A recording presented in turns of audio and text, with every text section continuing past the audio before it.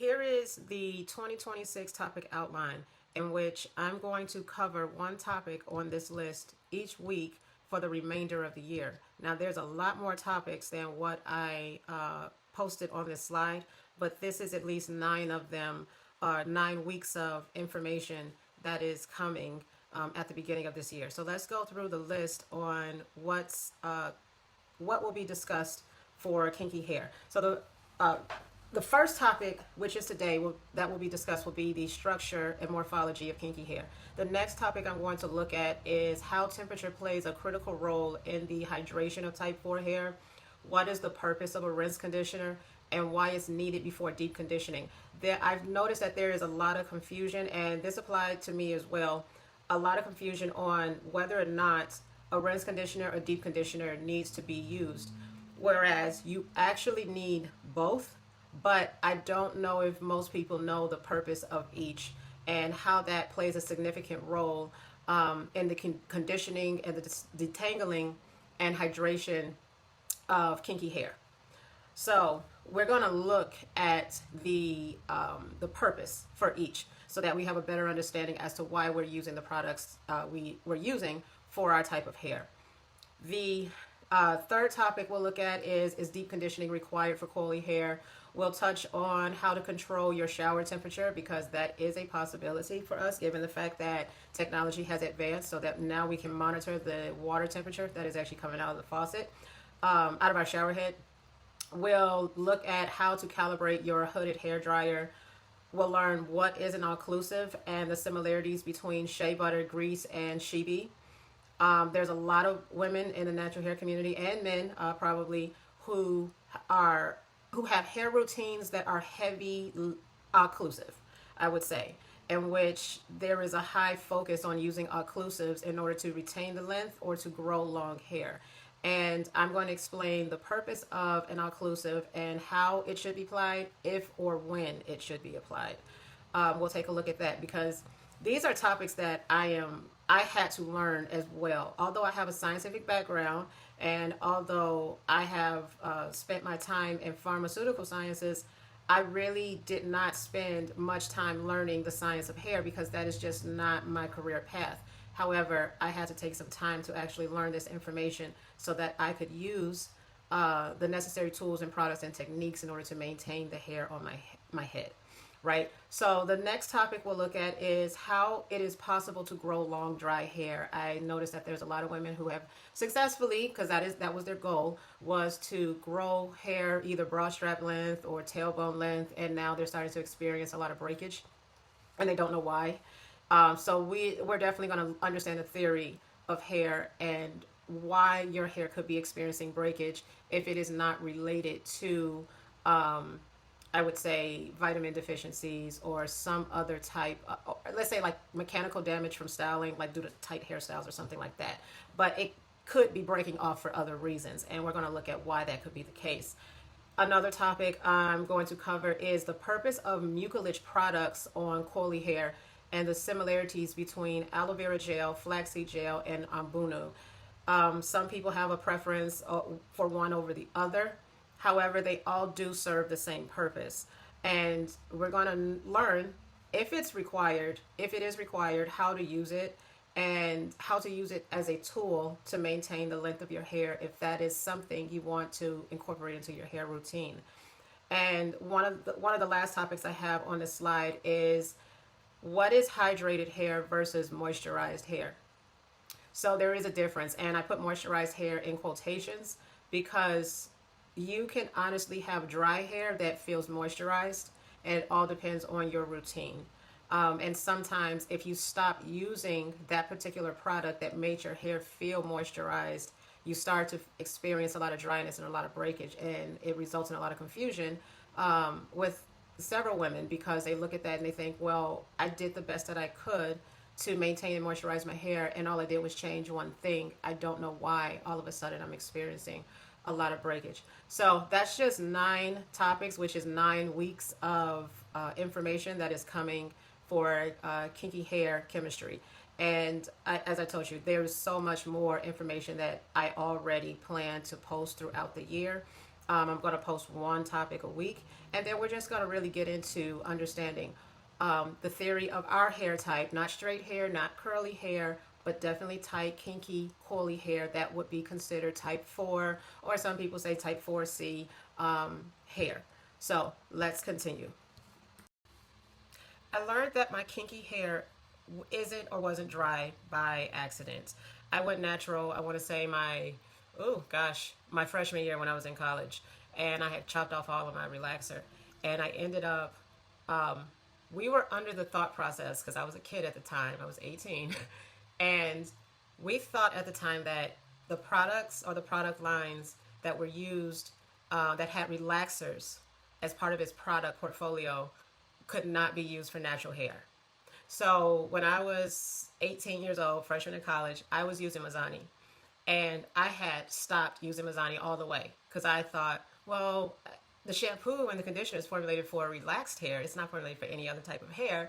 So I'm not going to use any of that. And I go on this journey and I start using every other shampoo and conditioner. And I'm going to tell you, I spent 20 plus years experiencing dry hair. And it got to the point where I thought my natural hair was just hard as a brick naturally. Like there was no way it could be moisturized. And I grew long, dry hair.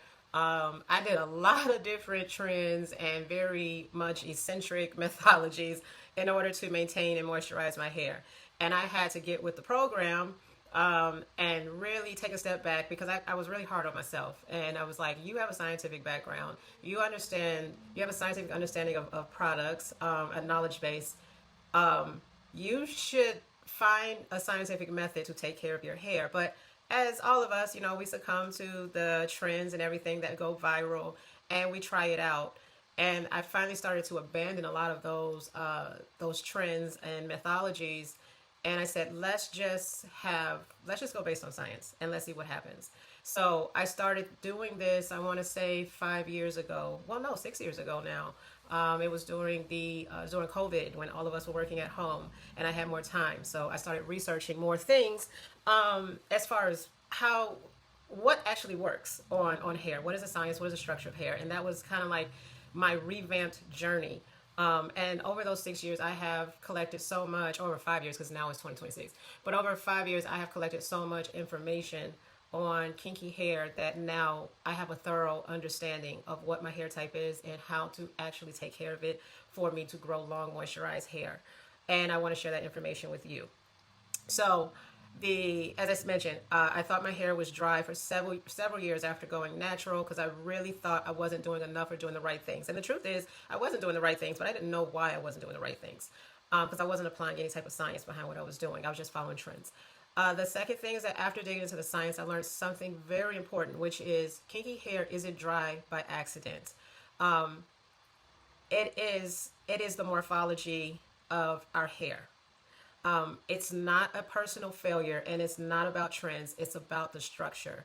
A lot of times women will bully other women if their hair doesn't perform as expected because we assume that maybe she didn't do something that was correct and somehow it's a personal failure on her. But the truth of the matter is that there's not much investment into afro-textured hair science to produce hair products specifically designed and formulated for our hair type.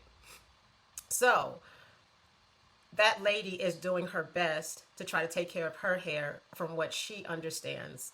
And if she's struggling with that or she's having negative effects from her methodology, truth of the matter, in my opinion, is that it is not her fault. It is not her personal failure. That is the failure of an industry that does not take her hair type seriously. That is the failure of living in a society that is colonized, where you are the minority, and your hair type, your features, your issues, your personal concerns are not even prioritized.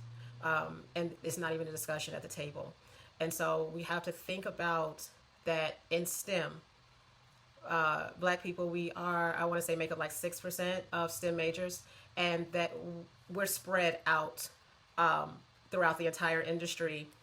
We're not all focused in one area of science, okay? So when you start talking about being in the lab, doing R&D, product formulation, maybe the people who are working on a product specifically designed for, or like a shampoo, let's say they're just working on a shampoo or conditioner, that market may not focus on your hair type. You may not be their actual demographic that they're trying to target when they're making that product. And so your hair type isn't even a consideration. And what I found was that 97+% of the hair products on the market, if not more, are targeted towards straighter, oilier hair. So you really have very much limited options. And so I say that because when you start talking about people who are dealing with so many issues with dryness and breakage and damaged hair, don't take it as a personal failure. It wasn't your fault as to why you didn't know how to do your hair, because there was not an industry that supported your hair type. So my goal is to help or add a knowledge base to the natural hair community so that we can minimize the amount of struggle that we're experiencing with our hair. So the important thing to understand with kinky hair is that the physical shape and internal architecture of type 4 hair changes how water, oils, and conditioners move along the hair strand. We don't have the same morphology and anatomy of straighter hair, just due to evolution. Not a curse. There's nothing wrong with you biologically, just due to evolution over thousands of years, and where our ancestors originated geographically. Our hair type and structure, anatomy, and morphology is different. Doesn't mean that it's bad. And so because of that anatomy and morphology, the interaction between water, oils, and conditioners is going to perform differently. And so you need to understand how they perform in order for you to make better choices with your methodology and the products that you choose. And the last thing is that once you understand that, a lot of the frustration suddenly makes sense, and you won't find yourself struggling so much with your hair as you style it throughout the week or once a week or whenever you do your hair. Okay. Kinky hair's morphology determines its feel and behavior. Okay, so if your hair by nature, okay, your hair is dry.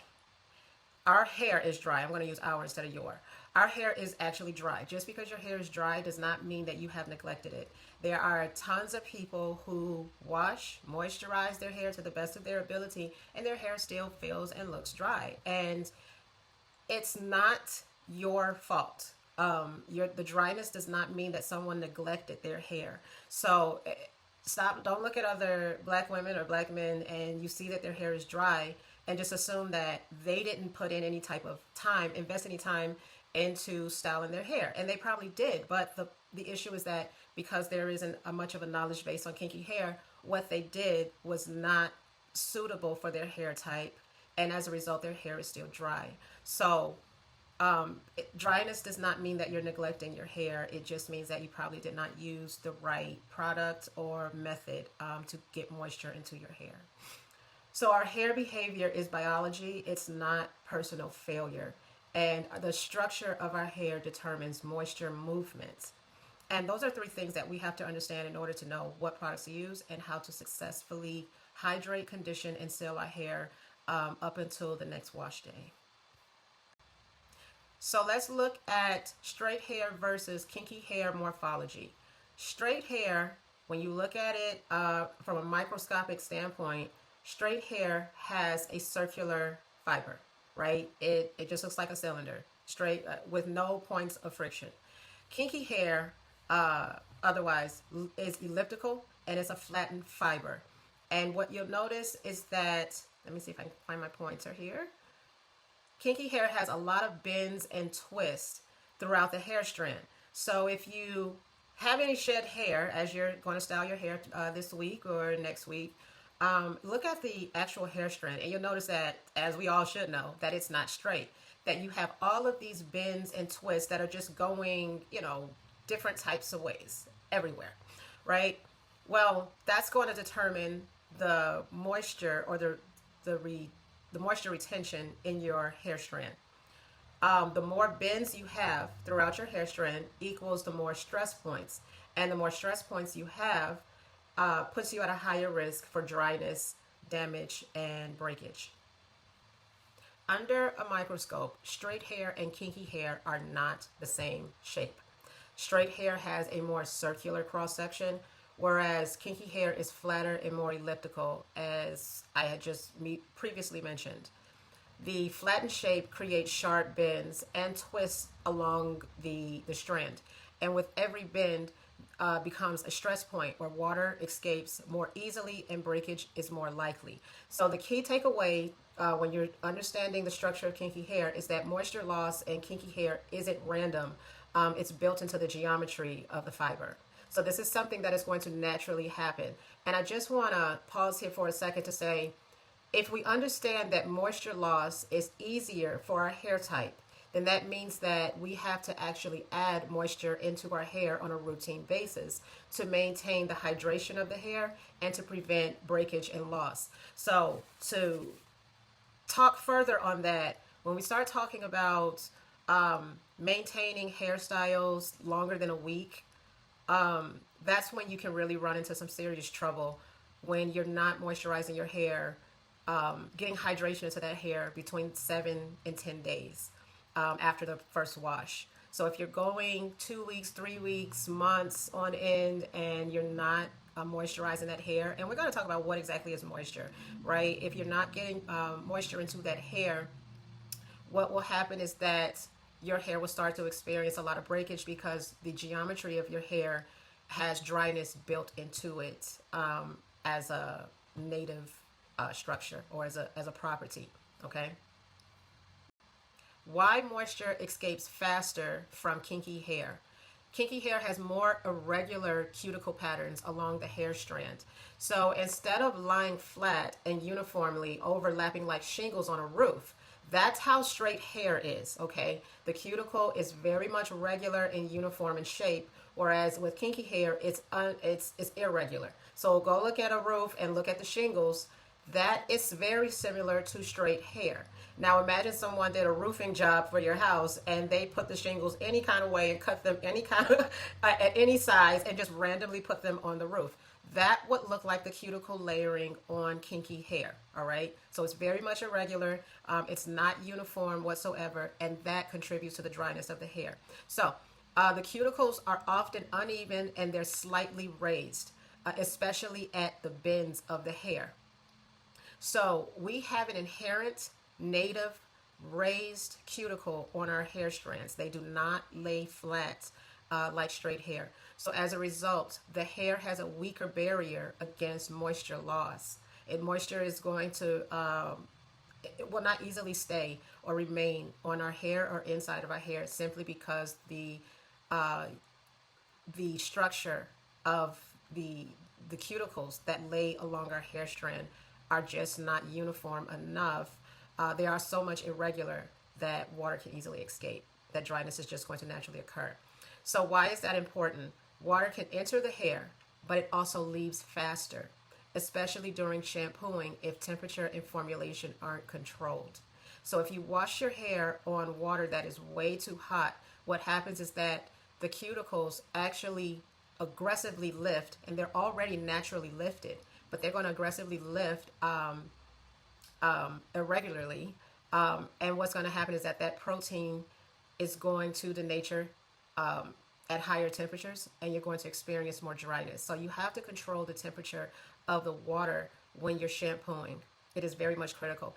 And then the formulation, if it's not controlled, which means that if it is not designed for your hair type, you're going to experience more dryness.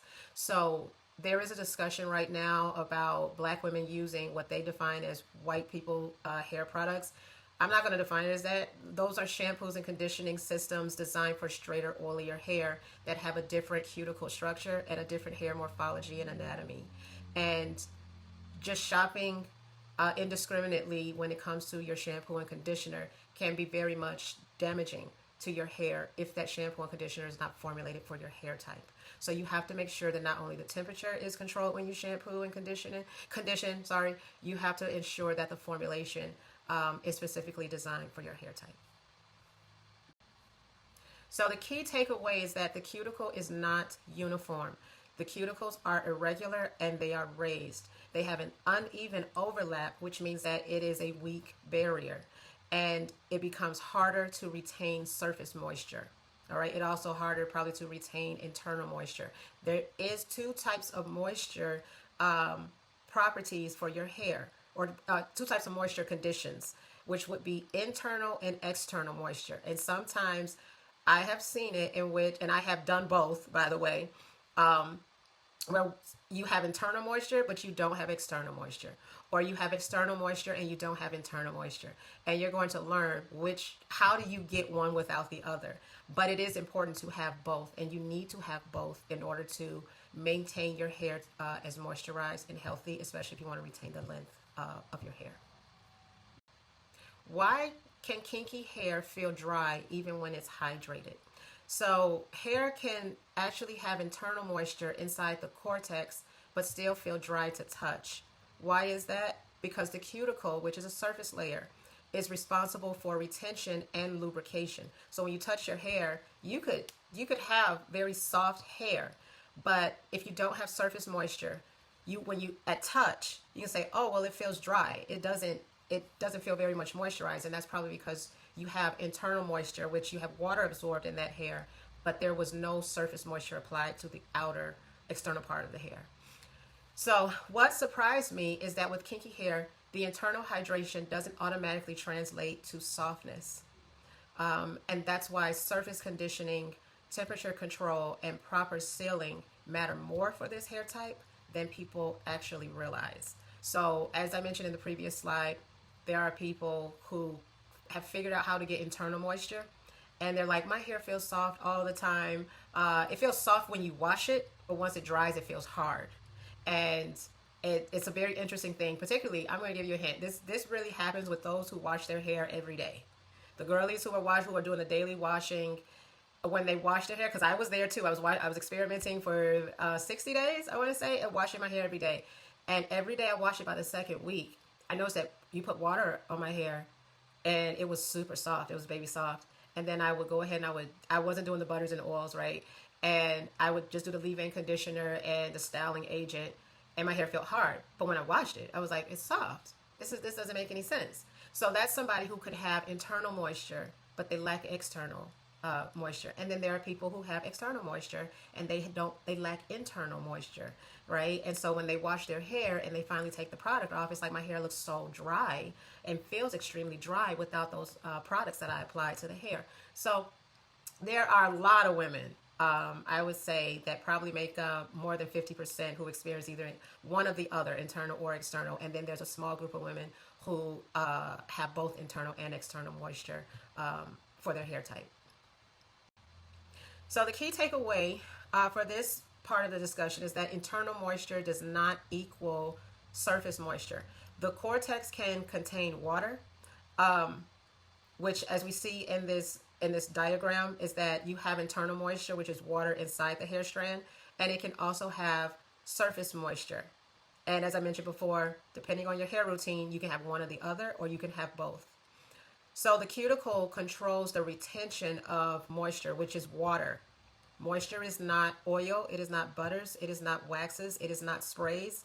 Moisture is water, all right? And the cuticle is going to regulate how much moisture is retained in your hair, how much moisture is absorbed or even retained in your hair. It is up to you to follow a routine and use certain products to maximize the hydration in and on the outside of your hair. So that dry feel, you can have internal moisture, but it doesn't mean that your hair is actually dehydrated. And kinky hair, as a result, it requires surface conditioning, it requires temperature control, and it requires proper sealing. The temperature control is going to help with the internal moisture. So if you wash your hair within a specific temperature range, you should experience internal moisture into that hair. If you condition your hair properly, you will experience surface conditioning. And once you're finished after conditioning, you can rinse out the conditioner, it's time to style your hair. The proper sealing method will help retain moisture inside that hair over a certain number of days. Now, you will lose moisture, you will lose water after a few days, but the strategy or the method that you use days after the wash will help you retain moisture longer than somebody else who doesn't apply anything, right? So you can go up to 7 to 10 days with moisturized soft hair up until the next wash. And that is why I personally recommend that washing your hair once a week is perfectly fine. You don't need to wash your hair every single day because of the diameter of our hair type, which is smaller than European hair, and European hair is smaller than Asian type hair. We actually have the smallest diameter of hair, which makes our hair very much finer than any other hair type. Now, there's a variety of different hair types that can be considered afro-textured hair, but particularly those with 4C hair, you have a smaller diameter and a smaller diameter of hair that has lots of bends. So you're going to lose moisture easier than somebody else that has a larger diameter hair strand, right? So you have to actually apply, or you have to actually hydrate and retain moisture in your hair over a week. And it shouldn't be normal to go more than 7 to 10 days without having some type of water applied to that hair. Why kinky hair needs different rules compared to straight hair. First, all of us, and I had to do this too, okay? I'm not talking at anyone. I'm definitely included in this, and I had to make the adjustment myself. But the first thing that all of us need to understand is that we need to accept that kinky hair has a different structure. And the care approach needs to change to match the native morphology.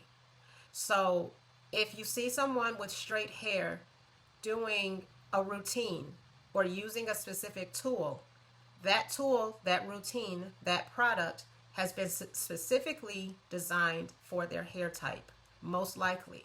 Okay, I mean, everybody can use whatever they want, but as I mentioned in the earlier parts of this video, is that the hair industry takes straight, oilier hair as a priority. So we can't look at somebody with straighter hair, regardless of their ethnicity, regardless of their nationality. You have to look at people with your hair type. So you cannot mimic you cannot go and use a care approach for straighter, oilier hair for kinky hair. It will not work because you have a different native morphology. The second thing is that all of us need to understand is that you're not fixing broken hair. I really despise that term when, someone says, I have to fix my hair. Oh, you need to fix your hair. Your hair is not broken. You don't naturally have broken hair. You have a different morphology. That is it. So when you're styling your hair, you need to think in terms of you're adjusting your hair practices to match the hair structure. You are not fixing hair because your hair is not inherently broken or abnormal. It is not dysfunctional. It is simply a different morphology. And so for the girlies and the guys that are have these extravagant routines, don't feel like you're being extra in any routine that you have used thus far. And if you start to incorporate temperature-controlled shampooing and conditioning, richer conditioning systems with your deep conditioners, or you're changing your styling where it's much more gentle and you're not going to experience mechanical stress for your hairstyle, don't feel like you're being extra, because you're not. You're simply going back to the first point that I made, which is that you're adjusting or you're changing your care approach to match the native morphology of your hair, which is different compared to straighter hair. The care must match the structure. So the first point, because I just want to reiterate, is that the temperature-controlled washing is essential. And that temperature-controlled washing is going to gently lift the cuticle to cleanse and hydrate the hair. That is where you're going to experience the opportunity, you're going to get the opportunity to have the most internal moisture into the hair strand. And after that, you need a strong conditioning system. It has to have conditioning agents formulated, designed specifically for your hair type, that is going to neutralize the surface of your hair, add conditioning agents into the inner parts of your hair, and apply to the external parts of your hair. So you need strong conditioning systems that's going to provide surface moisture, and it's going to soften and seal the cuticle layer. Now, depending on the conditioning system, some products are very much small in its molecular weight, to where it can diffuse across the hair strand. So it can go inside the hair strand into the cortex, which is great, right? And then it also is formulated with products that sit on the surface. So you can have inner and external, or inner and outer conditioning, depending on the conditioning system that you use. The other part of care that must match the structure is that you need to have less force and more strategy, which means that you have to have gentle styling practices. There's a lot of beautiful black hairstyles. They look absolutely gorgeous. But if you're looking to maintain the hair on your scalp, where you don't want to experience traction alopecia, you don't want to break off hair from the ends of your hair strand, you need to start practicing more gentle styling. So tight hairstyles that need to be installed, or with I want to say like gel and edge control, and it's pulled really tight. If you're looking to actually have healthier hair and you're looking to retain the hair on your head, it's better to use gentle styling. And I read some years ago, and I can't find it, but it said that the average black woman experiences hair loss, which is traction alopecia, by age 37. And I think with wig culture, the age for traction alopecia has actually decreased. So I see a lot of young girls in their 20s that don't have a hairline anymore. And they're not only are they losing their hairline, they are experiencing a lot of scalp issues. And I covered Malassezia yeast in another slide, in a previous slide a couple of years ago, because we all need to understand that in order to have healthy hair, you have to have a healthy scalp. But that's diverting from what I'm talking about right now. But as far as with gentle styling, the hairstyle itself needs to not pull on your hair strand, whether it's from the roots or from the tip. You need to have gentle hairstyling all the way through. So once care matches structure, moisture retention, theoretically, the moisture retention will improve, and you will see the breakage start to decrease, and your hair will start behaving in a very much predictable way. I will tell you that I moisturize my hair daily, and my hair feels very much soft. I barely experience any type of hair breakage. And every 12 weeks, 10 to 12 weeks, when I go for my hair trim, she always asks me if I want to trim my hair, because it's an option. It is no longer is it like, oh, we have to cut your hair, and it's because there was some practices that I had abandoned. I really just revamped a lot of things, but hair trimming is always an option for me now. But I still, like I said, I still get it because it's a trim, and I know I won't see her for 3 months, and it's just something I'm going to continue to do. But one takeaway, because this is the last slide before I show you all the references, the point I really want to drive home here is that we have to accept that our kinky hair is different compared to straight hair. And you have to stop associating a negative connotation with your hair type. So make sure that your hair matches your structure of your hair, so that you can start to retain the length of your hair, and you can start to actually grow long, healthy hair if that is something that you want. All right, so I'm going to show you the references so that you can check them out yourself if you're interested in getting a more in-depth discussion and knowledge base for kinky hair. Here are the references that I use to compile this slide deck, and I will just leave this up here where you can, and I'll put it in the description. That way you can take some time and read it if you're interested in it. I will tell you this, that any questions that you have over this year, ask them in the comment section. And what I will do is compile all of those questions and answer them in one video. And I'll probably do that like once a month, that way everyone's question can be answered as much as I can get from the comment section.